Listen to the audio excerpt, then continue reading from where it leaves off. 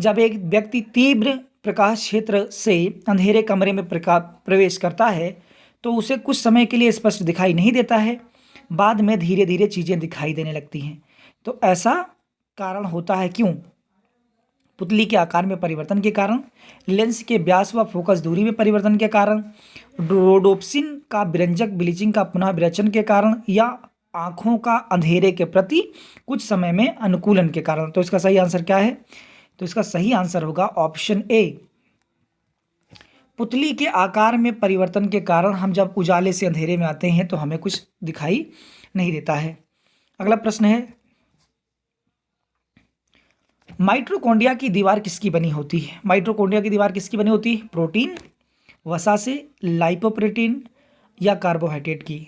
तो इसका सही आंसर है जो माइटोकॉन्ड्रिया की दीवार बनी होती है वो बनी होती है लाइपोप्रोटीन, यानी लिपोप्रोटीन जो लिखा है अंग्रेजी में सही शब्द होता है लाइपोप्रोटीन से बना होता है।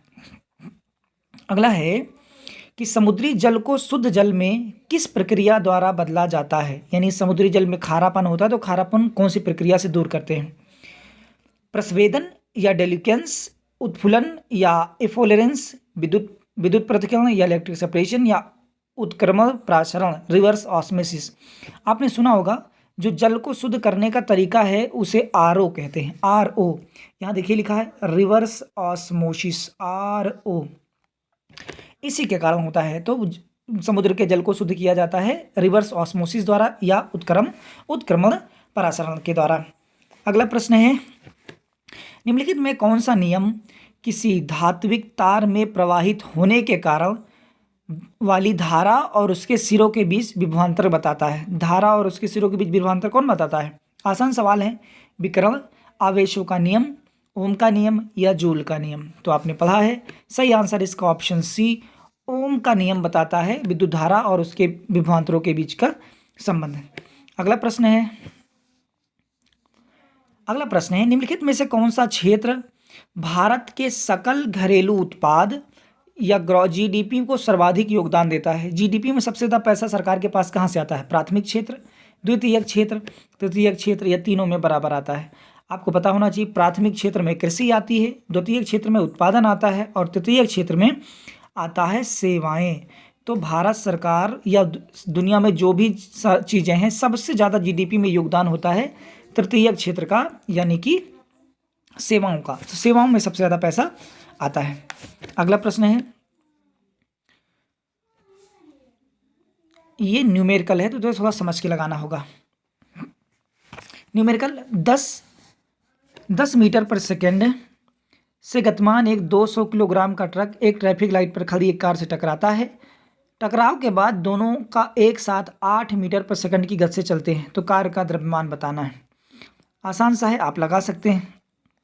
तो देखते हैं कैसे लगाना है। तो आपने पढ़ा होगा संवेग संरक्षण का सिद्धांत, तो इसमें वही नियम लागू करना है, संवेग संरक्षण का सिद्धांत। देखिए आपने पढ़ा है एम बी, संवेग का फार्मूला होता है एम बी, m1v1 बराबर m2 v2। तो आप निकाल लेते हैं, देखते हैं, थोड़ा जगह बनाते हैं। m1, m कितना है? द्रव्यमान, तो द्रव्यमान दिया था 2000 किलोग्राम और पहला जो वेग था वो दिया था 10 मीटर प्रति सेकेंड। अब हमें संरक्षित वेग निकालना, जब दोनों टकरा गए तो दोनों टकराने के बाद दोनों का द्रव्यमान कितना हो जाएगा? तो दोनों का द्रव्यमान होगा 2000 तो पहले है ही, और प्लस जो कार से टकराया है वो, तो कार का हम सी लिख लेते हैं, द्रव्यमान मल्टीप्लाइड बाई वेग, कौन से वेग से दोबारा चला, तो कौन सा वेग से चला था? 8 मीटर प्रति सेकंड से। तो हम अब गुना कर देंगे 8 से, तो इसको 8 से गुना कर दीजिए और इसको अब सॉल्व कर लीजिए आप। तो कर लेते हैं, ये तो हो जाएगा 20,000, ये है 20,000 इक्वल टू 8 दूना ये हो गया 16,000 प्लस 8c। तो इधर जाके इसको हम जब कर देंगे, पक्षांतर करेंगे तो ये बचेगा 4,000। ये हो गया 4000 बराबर 8 सी यानी कार के, तो 8 डिवाइड कर लीजिए आप, तो बिल्कुल आसान है, 8×5 = 40, ये हो गया 500, यानी कार का जो वेट है वो है 500 किलोग्राम। अब ऑप्शन देखते हैं, तो इधर ऑप्शन नहीं, अगले पेज में ऑप्शन है 750 किलोग्राम, 500 किलोग्राम, 1000 किलोग्राम या 250 ग्राम। तो इसका सही आंसर क्या हो गया? इसका सही आंसर हो गया ऑप्शन बी, 500 किलोग्राम। अगले सवाल पे आते हैं। 750 वाट की एक विद्युत वॉशिंग मशीन का उपयोग 4 घंटे प्रतिदिन किया जाता है, तो एक दिन में कितनी ऊर्जा का उपयोग करता है? जब भी आपको ऊर्जा निकालना हो, आप कुछ ना करें, सिंपल जो भी चीज़ें दी हो उनको आप मल्टीप्लाई करके 1000 से गुणा कर दें। तो वह जगह बना के लिखते हैं पहले, तो लिखते हैं, जब आप पावर निकालते हैं तो सब कुछ मल्टीप्लाई करें, 750 गुणे 4 घंटे डेली चलता है, मल्टीप्लाइड बाई 1000, काट देते हैं, 25 चौक 100, 25 यहाँ 75, और ये 4 से 4 हो गया कैंसिल आउट, यानी बचा 3। तो इसका सही आंसर बचा 3 यूनिट। तो देखते हैं ऑप्शन, 300 यूनिट, 3 यूनिट, 30 यूनिट या 3000 यूनिट। तो इसका सही आंसर क्या हो गया? तो इसका सही आंसर हो गया ऑप्शन बी, 3 यूनिट ऊर्जा खर्च होगी। अगले सवाल पे आते हैं। अगला सवाल, गति का जो द्वितीय समीकरण है वो किसके बीच संबंध दर्शाता है? गति का द्वितीय समीकरण आप बताइए कि किसके बीच संबंध को दर्शाता है? तो इसका सही आंसर क्या होगा? तो इसका सही आंसर है स्थिति वेग, वेग समय, स्थिति समय या वेग और संवेग। तो इसका सही आंसर है ऑप्शन सी, स्थिति और समय के बीच में ये संबंध को दर्शाता है, स्थिति और वेग के। अभी मेरी कुछ पहली क्लासें हैं और शुरुआत है, तो उम्मीद है आप कोऑपरेट करेंगे। आगे जैसे जैसे सुविधाएं बढ़ती जाएंगी लेक्चर और भी अच्छा बनेगा। अगला सवाल देखते हैं। स्टील मुख्यतः एक मिश्रण है, स्टील किससे बना होता है ये बताना है आपको। तो स्टील बना होता है क्रोमियम का, निकेल का, मैग्नीज का या कार्बन का। याद रखिए स्टील जो होता है मुख्य रूप से बनता है कार्बन से, कार्बन का बना होता है स्टील। अगले सवाल पे आते हैं। अगला सवाल है कि वर्तमान में प्रचलित भारतीय राष्ट्रीय ध्वज का डिजाइन किसने तैयार किया था? यानी जो हमारा डिजाइन है राष्ट्रीय ध्वज का किसने बनाया था? B.R. अम्बेडकर, मैडम कामा पिंगली वेंकैया या सुचेता कृपलानी, किसने बनाया था? तो सही आंसर है इसका ऑप्शन सी, पिंगली वेंकैया ने इसका डिजाइन तैयार किया था। क्या आप मुझे कमेंट में ये बताएंगे कि जो हमारा राष्ट्रीय ध्वज है उसका अनुपात क्या है, किस अनुपात में वो बना हुआ है? अगला सवाल है, भारत की स्वतंत्रता के तुरंत बाद गोवा राज्य था, किसका राज्य था? गोवा पर किसका राज्य था भारत की आज़ादी के बाद भी? भारतीय, पुर्तगाली, डच या ब्रिटिश? तो आपको पता है गोवा आज़ाद हुआ पुर्तगालियों से 1961 में, और 1987 में ये भारत का राज्य बन गया था। अगला सवाल है, प्रकाश वर्ष लाइट ईयर किसकी इकाई है? प्रकाश वर्ष किसकी इकाई है? समय, दूरी, प्रकाश की गति या प्रकाश की गति की तुलना की गति से तुलना। तो सही आंसर क्या है? तो आपको पता है प्रकाश वर्ष जो इकाई है वो है दूरी नापने की। तो इसका सही आंसर है ऑप्शन बी, प्रकाश वर्ष में दूरी नापी जाती है। अगला सवाल है, निम्न में से कौन सा पुष्प एक उभयलिंगी है? उभयलिंगी पौधा कौन है? पपीता, सरसों, सूरजमुखी या हिबिस्कस? हिबिस्कस मतलब गुड़हल। तो कौन सा है? तो सही आंसर है ऑप्शन ए, पपीता एक उभयलिंगी पौधा है। अगला सवाल, इसमें आपको मिलाएं, एक दूसरे से मिलाना है। रक्ताल्पता यानी एनीमिया, ग्वाइटर यानी गलघोटू, रतौंधी और बेरी। तो मिला देते हैं। एनीमिया किसकी वजह से होता है? तो एनीमिया कमी होता है लोहे की, यानी कि लौह तत्व की कमी के कारण होता है एनीमिया, यानी कि ए का बी में सही आंसर होगा। गलघोटू यानी ग्वाइटर यानी जो घेंघा रोग होता है वो किसके होता है? वो आयोडीन की कमी से होता है। रतौंधी विटामिन ई की कमी से होता, विटामिन ए की कमी से होता है। और बेरी विटामिन B1 की कमी से होता है। तो इसको सही से मिला लें, आप पता लग जाएगा। तो इसका सही आंसर कौन सा होगा? फर्स्ट का सेकंड, फर्स्ट का सेकंड और सेकंड का थर्ड, यानी कि ये सही मिल रहा है ऑप्शन नंबर बी।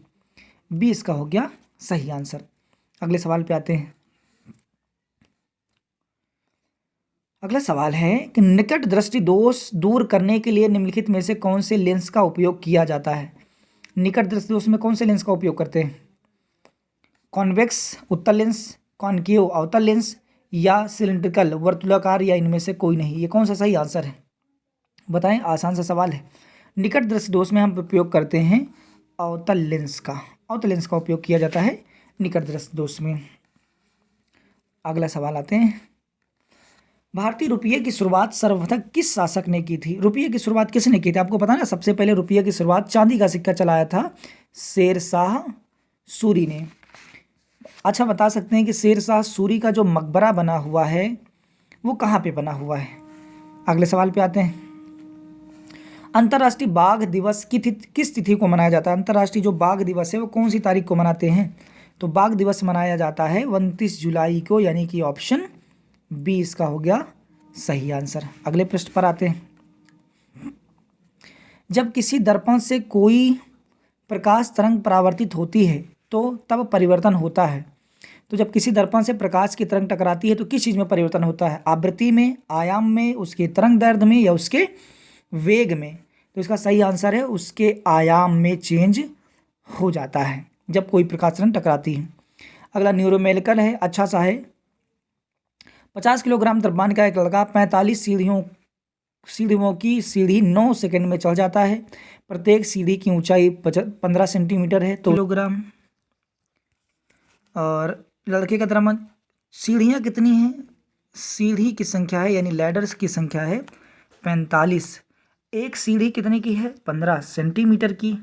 तो इस तरह से करें तो पता लगा 15 × 5 = 75, 15 × 4 = 60, 7 × 67 यानी कि 675 सेंटीमीटर की सीढ़ियाँ हो गई। इसको मल्टीप्लाई 675 सेंटीमीटर की सीढ़ी बन गई। अगर मीटर में बनाएंगे तो 100 से डिवाइड कर देंगे, यानी कि ये आ जाएगा 6 मीटर 75 सेंटीमीटर। तो अब हमारे पास ऊंचाई पे, तो आपको पता है शक्ति निकालने का फार्मूला होता है P = mgh/T। टाइम निकालें, m कितना है हमारे पास? तो हमारे पास m है 50, g है 10 और h है 6.75 और अपान टाइम है 9। जब आप इसको मल्टीप्लाई करेंगे तो आपको आंसर मिलेगा, आप हल कर लेना, 375 वाट शक्ति मिलेगा। ये इसका सही आंसर होगा 375। देख लेते हैं, मल्टीप्लाई करके आप चाहें तो कर सकते हैं, समय लगेगा, वीडियो लंबा हो जाएगा इसलिए मैंने नहीं किया है। तो देखते हैं, तो इसमें सही आंसर क्या है? 375, 275, 325 या 475 वाट। तो इसका सही आंसर क्या है? ऑप्शन ए 375 वाट इसका हो गया सही आंसर। अगला सवाल, स्वचालित वाहनों में द्रव चलित ब्रेकों का इस्तेमाल वस्तुतः किस नियम पे होता है? यानी जो हमारी डिस्क ब्रेक होती हैं वो कौन सी नियम पे काम करती हैं? पास्कल, टॉर्सोली, आर्किमिडीज या न्यूटन? तो सही आंसर इसका ऑप्शन ए, ये काम सब करते हैं पास्कल के सिद्धांत पर। अगले सवाल पे आते हैं। फोटोग्राफिक फिल्म पर सुग्राही पायस या इमल्सन तैयार करने के लिए किस हाइलाइट का उपयोग करते हैं? सिंपल, आप फोटोग्राफिक फिल्म पर सुग्राही पायस इमल्सन तैयार करने में निम्नलिखित में से किस हाइलाइट का उपयोग किया जाता है? Silver chloride, silver bromide, silver iodide या सिल्वर क्लोराइड? तो इसका सही आंसर है ऑप्शन बी, सिल्वर ब्रोमाइड का उपयोग करते हैं ब्लैक एंड वाइट फोटोग्राफी में। अगला सवाल, बैटरियों में सौर बैटरी सेलों में प्रयुक्त क्या पदार्थ होता है? यानी जो सोलर सेल होते हैं उनमें किसका उपयोग किया जाता है? इसका सही आंसर है सोलर सेल में सिलिकॉन का उपयोग करते हैं। अगला सवाल है, हमारी छोड़ी हुई सांस में कार्बन डाइऑक्साइड की मात्रा कितनी है? याद रखें, हम 21% लेते हैं और 4% को हम कार्बन डाइऑक्साइड में बदल देते हैं। तो इसका सही आंसर होगा 4%। रक्त के थक्के के जमने का कारण क्या है? थ्रोम्बिन, हीमोग्लोबिन, पेक्टिन या उपरोक्त सभी? तो याद रखें, रक्त का थक्का जो जमाता है उसका कारण है थ्रोम्बिन। अगला है कान में कितनी हड्डियां पाई जाती हैं? 2, 4, 6 या ऑप्शन नहीं दिख रहा है 8। 2, 4, 6 या 8। तो इसका सही आंसर है ऑप्शन सी, मनुष्य के कान में पाई जाती हैं 6 हड्डियां। अगले प्रश्न पर आते हैं। अंतर्राष्ट्रीय मुद्रा लेन देन के संबंध में IMF का फुल फॉर्म क्या है? IMF का फुल फॉर्म क्या होता है? तो याद रखें, इसका सही आंसर होगा option A, international monetary fund. IMF international monetary fund इसका होगा। चलो आप कमेंट करके मुझे ये बताओ कि IMF का हेडक्वार्टर कहाँ है और इसकी स्थापना कब हुई थी? अगला सवाल, बृहत ज्वार कब आते हैं? ज्वार कब आते हैं? जब सूर्य तथा चंद्रमा एक रेखा में होते हैं, जब तेज हवा चल रही हो, जब सूर्य तथा चंद्रमा समकोण में हो, या जब रात ठंडी हो? तो याद रखें, ज्वार तब आता है जब सूर्य चंद्रमा एक ही रेखा में आ जाते हैं, यानी कि ऑप्शन ए। अगला प्रश्न है, विश्व के सर्वाधिक प्रभावशाली 100 व्यक्तियों की टाइम पत्रिका की सूची में वर्ष 2020 में प्रधानमंत्री मोदी के अलावा कितने भारतीयों को चुना गया था? टोटल कितने लोग चुने गए थे प्रधानमंत्री के अलावा? तो प्रधानमंत्री के अलावा टोटल चुने गए थे 5 लोग, यानी कि सही आंसर हो गया इसका 4। प्रधानमंत्री के अलावा 4 आदमी और चुने गए थे। अगला है, विश्व निवेश रिपोर्ट 2020 के अनुसार FDI के मामले में पहले स्थान पर कौन सा देश है? यानी सबसे ज़्यादा FDI कौन से देश में आया? USA, सिंगापुर, चीन या नीदरलैंड? याद रखें, सबसे ज़्यादा जो आया FDI वो आया अमेरिका में, यानी कि USA में। भारत में सबसे ज़्यादा FDI आया है सिंगापुर से। और राज्य में पूछे कि कौन से राज्य में सबसे ज़्यादा FDI आया है, तो वह है गुजरात के अंदर। योग के क्षेत्र में विश्व रिकॉर्ड बनाने वाली भारतीय किशोरी कौन है? रिकॉर्ड बनाया है इन्होंने योग के क्षेत्र में, कौन है? रजत मुखर्जी, समृद्धि कालिया, होम सिबली या साहिल सेठ? तो याद रखें, योग के क्षेत्र में विश्व रिकॉर्ड बनाया था समृद्धि कालिया ने रिकॉर्ड बनाया था। अगला प्रश्न है, हाल ही में चर्चा में रहा वधावन बंदरगाह किस राज्य में है? वधावन बंदरगाह कहाँ पे है? महाराष्ट्र, आंध्र प्रदेश, कर्नाटक या उड़ीसा? तो वधावन पोर्ट था महाराष्ट्र में था। अगला है, हाल ही में केंद्र सरकार तथा बोडो समुदाय के बीच एक समझौता हुआ था।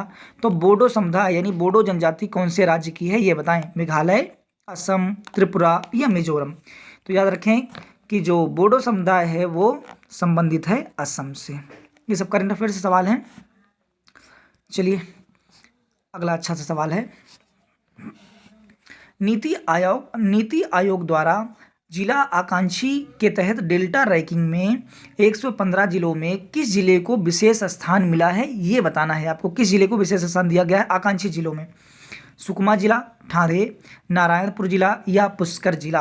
याद रखें, इसका सही आंसर है सुकमा जिला, छत्तीसगढ़। ये याद रखना, ये प्रसिद्ध है वहाँ के जो आदिवासियों से संबंधित जिला है, मुख्य रूप से सुकमा। तो इसका ऑप्शन सही है, छत्तीसगढ़ में है सुकमा जिला, आकांक्षी जिलों में पहले नंबर पर रहा है।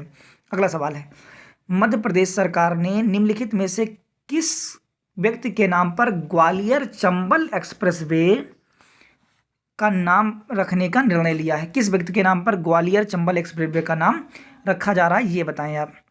याद रखें, ग्वालियर चंबल एक्सप्रेस का नाम रखा जा रहा है अटल बिहारी वाजपेयी चंबल एक्सप्रेस, यानी इसका ऑप्शन हो गया सही, ऑप्शन ए। अंतिम सवाल है आपका, फोर्ब्स द्वारा सर्वाधिक कमाई करने वाले 10 अभिनेताओं की सूची में किस भारतीय अभिनेता को शामिल किया गया है? फोर्ब्स की लिस्ट में कौन सा भारतीय अभिनेता है? तो इसका सही आंसर है अक्षय कुमार। अक्षय कुमार को सबसे ज़्यादा कमाई के मामले में, दुनिया के जो 100 अभिनेता है उसमें भारत में सबसे ज़्यादा कमाई के मामले में आते हैं अक्षय कुमार। उम्मीद है लेक्चर अच्छा आया होगा, आपको समझ आया होगा और प्रैक्टिस आपकी जारी होगी। बिना प्रैक्टिस करे आप अच्छा स्कोर नहीं कर पाएंगे। अगर आपको चीज़ें पसंद आ रही हैं और मैं मेहनत कर रहा हूं कि ज़्यादा से ज़्यादा चीज़ों को अच्छी बना पाऊं, तो उम्मीद है लोगों को शेयर ज़रूर करेंगे जिससे चैनल ग्रो कर पाए। धन्यवाद, जय हिंद।